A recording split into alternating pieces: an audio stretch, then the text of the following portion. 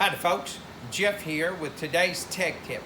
Now you start your car and give it a little gas and you hear some front end noise. Now whenever you're checking the front end, we always want to double check the motor mount.